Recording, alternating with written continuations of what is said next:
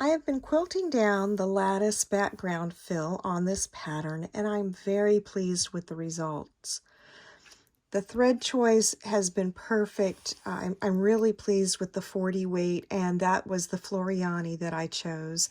It blends well with the feather work and the other detail that I've been working on. And if you take a look, the sunshine and shadow is definitely playing off of this background fill. So I've chosen a good scale for this, what will be a tote bag. It's not a competition piece. I don't want it to be too fine and too tiny, although I could have gone that route. But this is a utilitarian bag, and so I want this design to kind of blend real well and not have to be so refined. I would like to talk about a few things so that I can help you prior to you taking this to your own design and getting yourself into an area that might be unfamiliar for some of you. This part might seem intimidating to a beginner. However, if you just take your time, it's really not all that difficult. And what I'm talking about is moving into these areas where there are little nooks and crannies, but you still want to carry through with the design.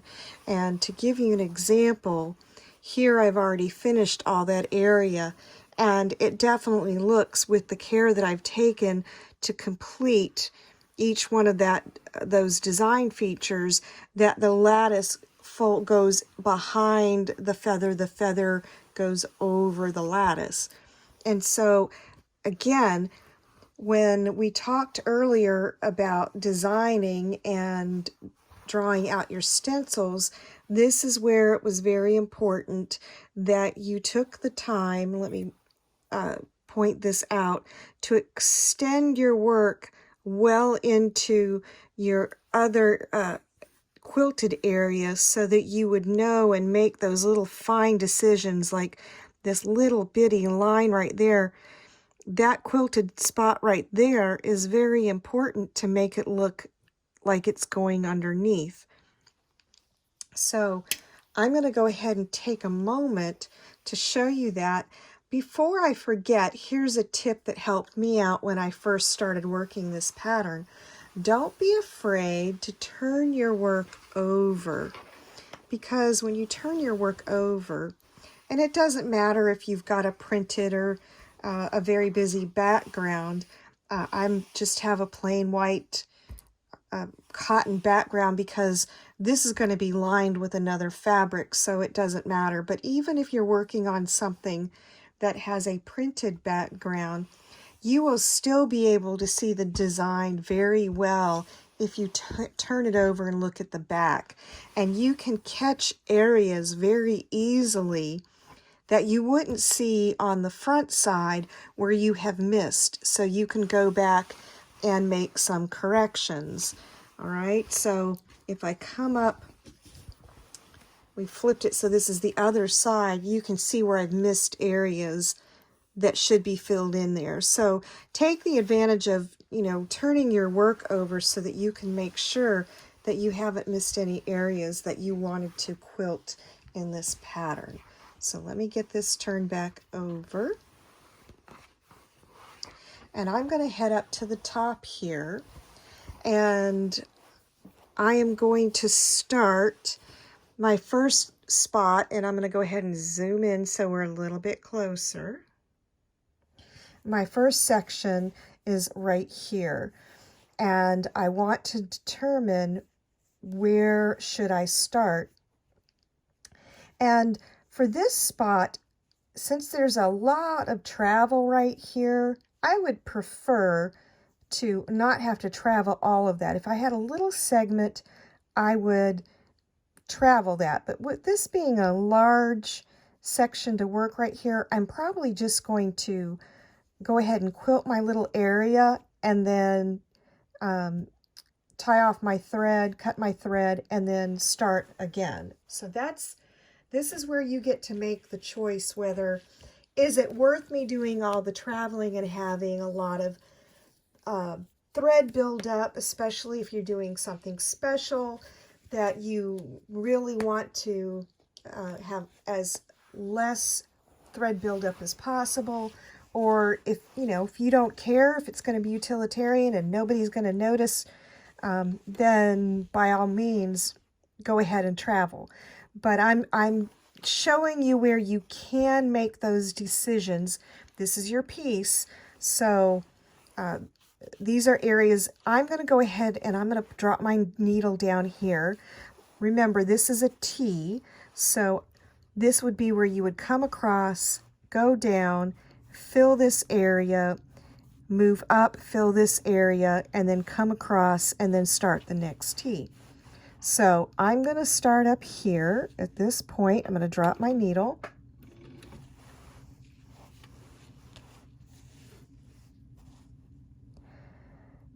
And while I'm doing this, I had an aha moment that, quilting is always a continuous journey. And while I was working on these other areas, I had this moment and realized, why am I not doing this with the rest of my quilt pattern? And so I have a little variation I'm going to show you. It took me a little bit because I was so used to the muscle memory, but I like it better. So always understand it's okay to experiment. And even though someone shows you how to do something one way, if you find it another way that is more comfortable, that makes more sense to you, don't be afraid to do it. There's no law out there. There's nothing that I'm telling you that's absolute. I would never do that. Anyway, let's get back and I'll show you what I'm talking about in just a moment. And it started with this right here. So I've got my needle down and I need to go horizontally across and back. Instead of going down and then back, I just came back. 2 stitches, horizontal and back, and look at that. I love the way it takes the straight-ish out of my line work, my horizontal line work, and makes it more straight. And here, right here, I'm going to go straight up and make that bar, and then right up to the edge of that echo line. And instead of traveling all the way down, I'm going to go ahead and cut my thread there.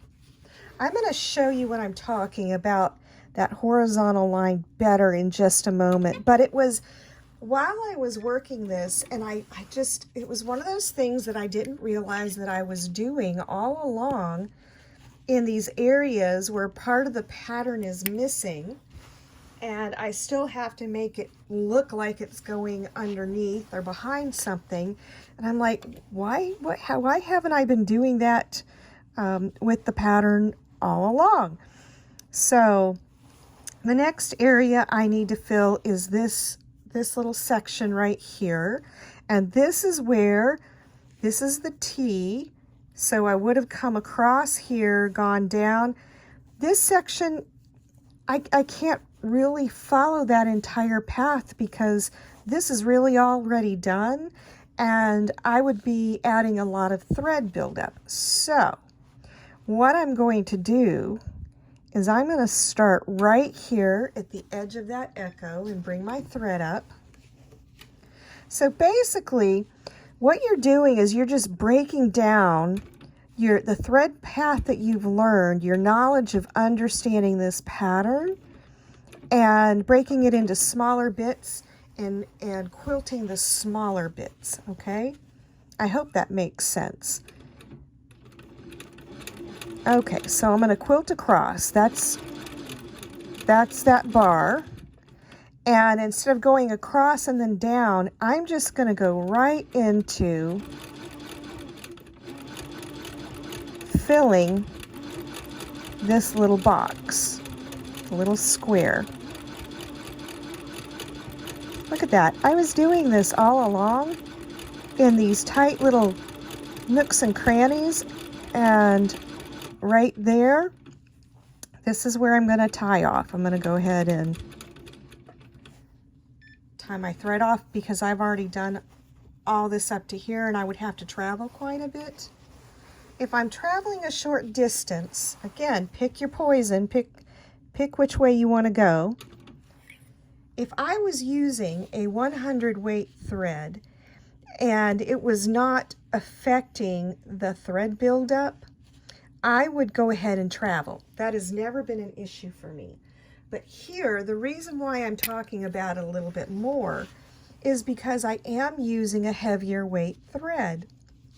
And it will have a lot of thread build up if you're not careful. So that is one of the reasons why I'm addressing this for you right now. Okay, so the next section is this little section here. Again, here's the T.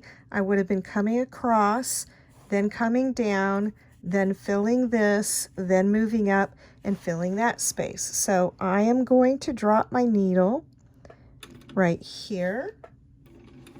Bring that up. And secure that with a back stitch. And immediately go into the vertical and back. It's only one stitch, but the 1 or 2 stitches make a difference.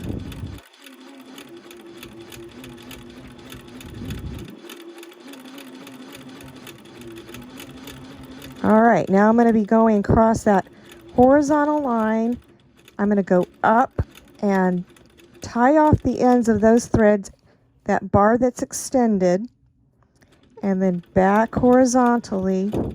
And right here, there is 1 or 2 little stitches that's actual vertical and then horizontal.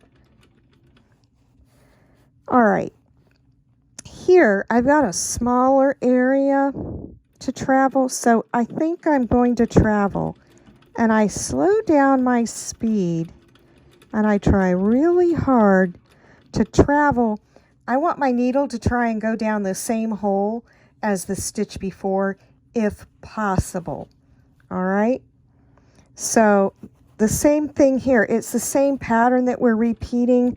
We're just filling in these spots because the pattern gets cut off from the main motif that we are trying to show on top of all of this.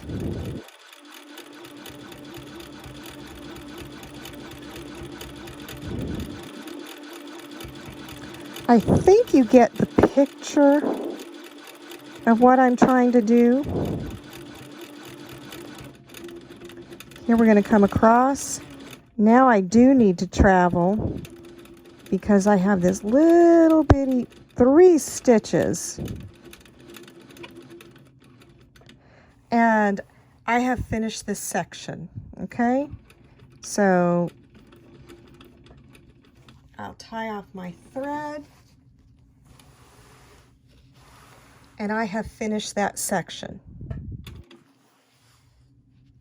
So when I'm done, when I pull this aside,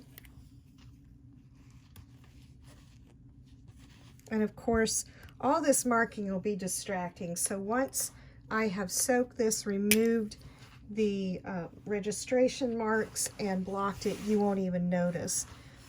But that is how I go in and tidy up all these little nooks and crannies so that the pattern will be perceived to be going underneath the main feather motif.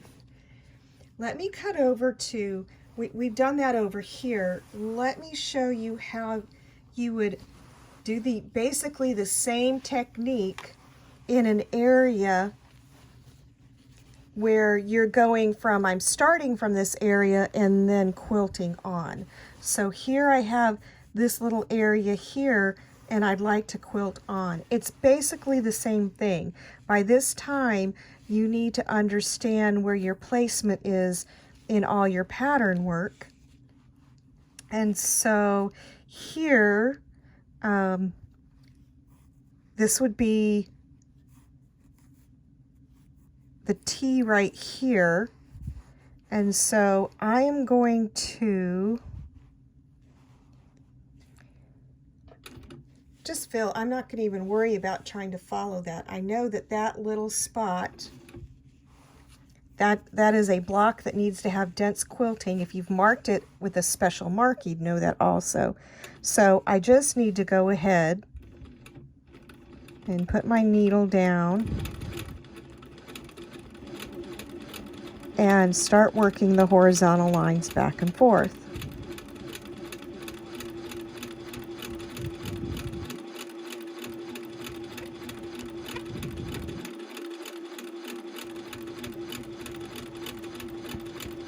I'll go up and down to make that more prominent. 2 stitches going horizontally that way because it goes right into that travel line. Then back down. Here's another piece. Travel it over 2 stitches and back. And now I can come over. And this is what I was talking about here. I like this, doing the horizontal lines just back and forth instead of going over, down a couple of stitches, back over, down a couple of stitches. I was like, this is just like my my light bulb moment. Why haven't I been doing this before? And that tidies that up right there. Why haven't I been doing this before when I've been doing it on all these little nooks and crannies?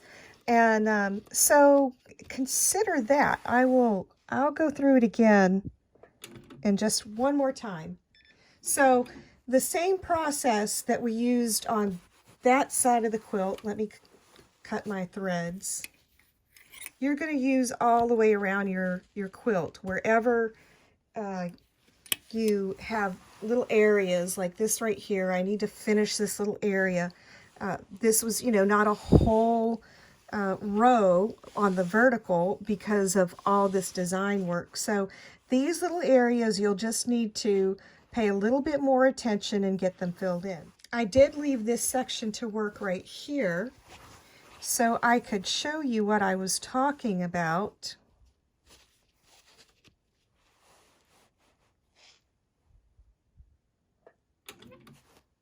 Much better with regards to filling in these dense areas. So here we go. I take that all the way over to the echo line. That way I don't have to do that later. I'm just going to help myself out here. And as I go down, I'm just going to do these horizontal lines.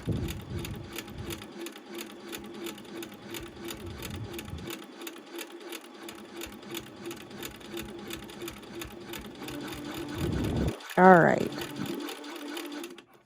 So as you get confident and have more experience with the pattern, you'll learn when you can deviate to fix little areas that will come up with these little nooks and crannies. So here we go. This is the only thing that I'm doing different, is I'm just going back and forth on the same, I'm traveling on the same line. Very similar to when I do my matchstick work. When I do matchsticks, I travel up, and back down on the same line instead of traveling a couple of spaces and coming down. I think it's just a lot neater, a lot tidier, and it really defines your line work a lot better. I feel that my horizontal lines are straighter instead of being all over the place sometimes, which they can be. And that is pretty much my aha moment. So whether you take one of the options that I previously taught during our lesson with our paper and muscle memory. Excuse me. Or if you decide to give this a try, you might find this a lot easier. One last time.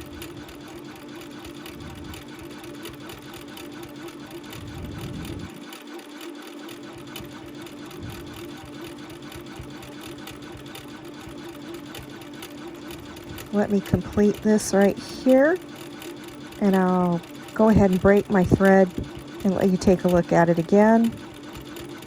And then I'm going to move on to finishing this project. And the next time you will see it, I hope it to be a complete panel that I have actually soaked and removed the markings and blocked it for you to be able to see how the lattice background fill looks when it is all finished, which many of you have seen my work, but I still want to show how this particular project finished. So if you take a look, I will use my little scissor, you can see my lines are definitely, I feel that they're straighter, being able to go back and forth over them, to go and then travel back and then just come down. I think it's just made it easier. I know for hand movement, wrist movement, as far as that is concerned, you know, we always want to think about the ergonomics and safety to our bodies. It was much easier on me doing that little motion than over, down, you know, back and forth. It was a smoother motion for me. So just keep that in mind.